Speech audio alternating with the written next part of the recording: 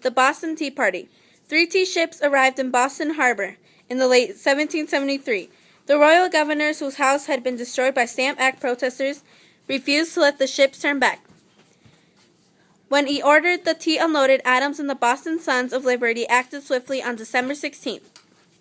A group of men disguised as Mohawks and armed with hatchets marched to the wharf. At midnight, they boarded the ships and threw 342 chests of tea overboard, an event that became known as the Boston Tea Party.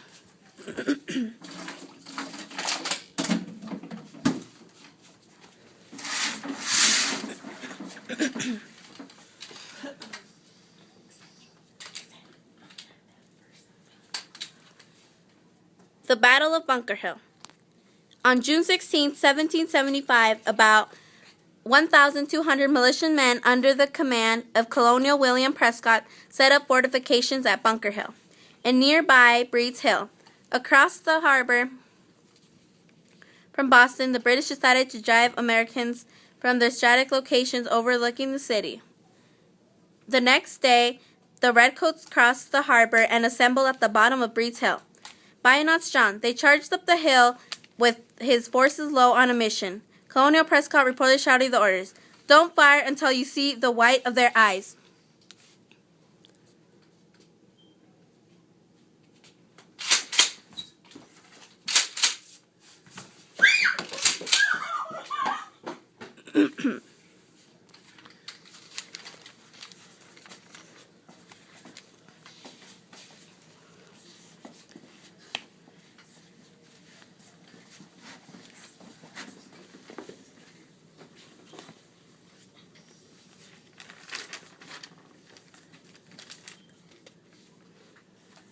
At dawn, the Redcoats approached Lexington. Oh, by the way, this is fighting at Lexington and Concord. Yeah. Okay. At dawn, the Redcoats approached Lexington. When they reached the center of the town, they discovered a group of about 70 Minutemen who had been alerted by Revere and Dawes, or Dowies, however you want to pronounce it. Led by Captain John Parker, the Minutemen had positioned themselves on the town common with muskets in hand. A Minuteman reported, "There suddenly appeared a number of King's troops, about 1,000, the foremost of which cried, 'Throw down your arms, ye valiant villains, ye rebels.' A shot was fired, and then both sides let loose with an exchange of bullets. When the fighting was over, 8 Minutemen lay dead. The British troops continued their march to Concord. Where they arrived there, they discovered that most of the malicious gunpowder had already been removed. They destroyed the remaining supplies. At Concord's North Ridge, the Minutemen were waiting for them. Messengers on horseback had spread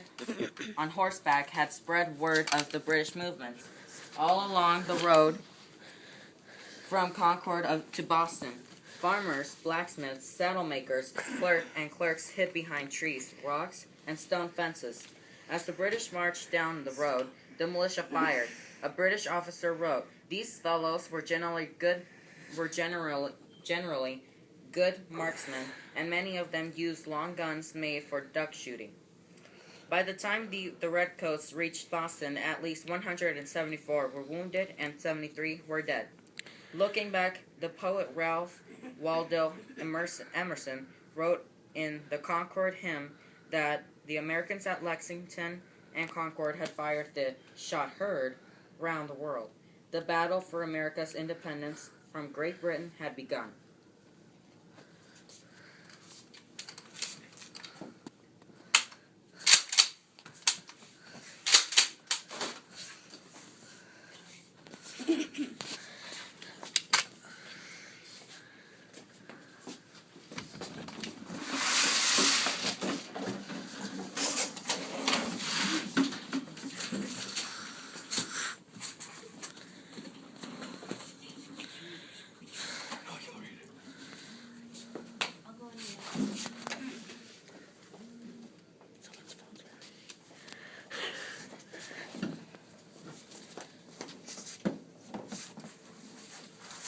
The Declaration of Independence. The Declaration has 4 major sections. The preamble or introduction states the people who wish to form a new country should explain the reasons for doing so. The next 2 sections list the rights the colonists believed they should have and their compliments against Britain. The final section proclaims the existence of the new nation. The Declaration of Independence states that when Jefferson and many Americans thought were universal principles. It begins with a description of traditional English political rights.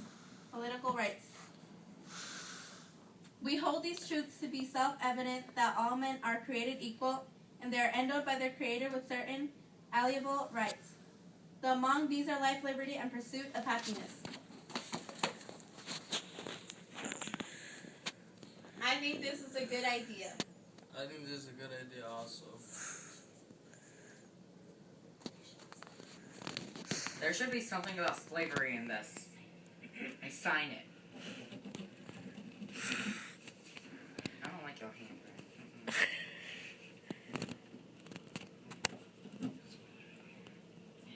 Add some cursive.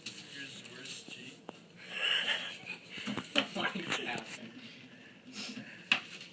Sign into the Declaration of Independence.